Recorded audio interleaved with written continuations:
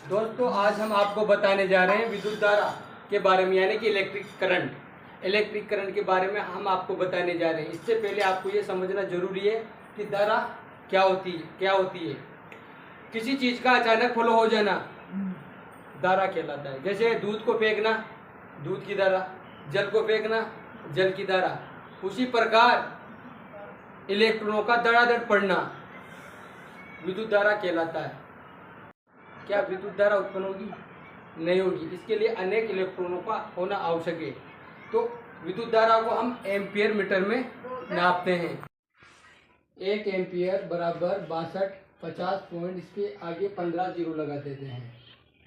यानी कि 1 एम्पियर का करंट हमारे शरीर में दिया जाता है, तो इतनी मात्रा में इलेक्ट्रॉन हमारे शरीर में प्रवेश करते हैं। इसकी शॉर्ट वैल्यू 6.25 इंटू 10⁻18 होती है। जब 1 एम्पियर इतना पावरफुल है तो 5 एम्पियर 10 एम्पियर कितना पावरफुल होगा। इलेक्ट्रॉन आगे क्यों बढ़ते हैं ये समझना बहुत ज़रूरी है। इलेक्ट्रॉन आगे क्यों बढ़ते हैं और इलेक्ट्रॉन को कौन धकेलता है? इलेक्ट्रॉन को वोल्टेज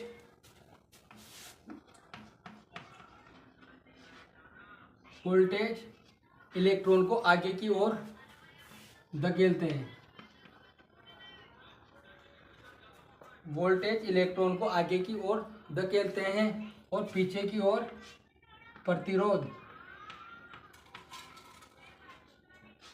धकेलता है।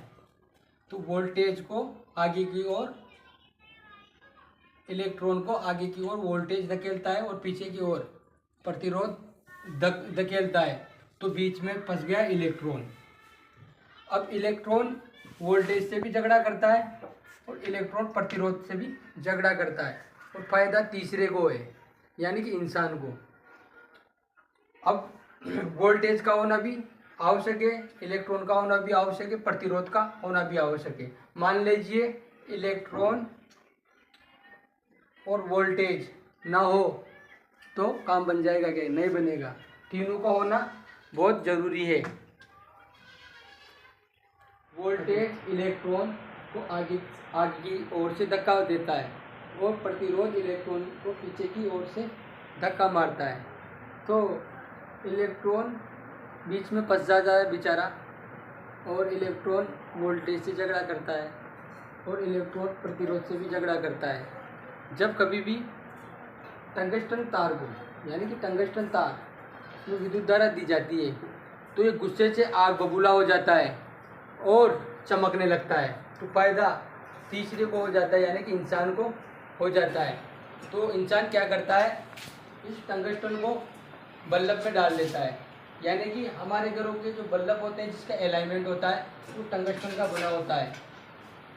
वैसे ही नाइक्रोम, जब विद्युत धारा नाइक्रोम को दी जाती है तो ये गुस्से से गर्म हो जाता है, हीट देने लगता है। तो इसका फायदा इंसान को है। इंसान नाइक्रोम से फायदा लेता है। तो इंसान इस नाइक्रोम के तार को हीटर के अंदर डाल देता है और प्रेस के अंदर डाल देता है।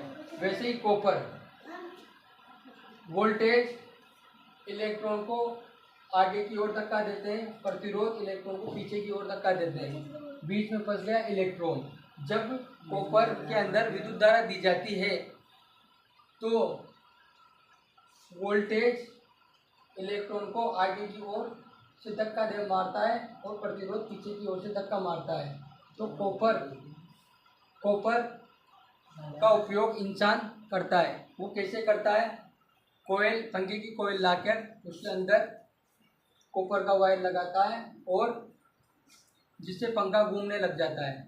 तो कॉपर के तार को पंखे के अंदर, कूलर के अंदर काम में लेते हैं। ऐसी वीडियो हम और लाते रहेंगे। चैनल को सब्सक्राइब करें और शेयर करें।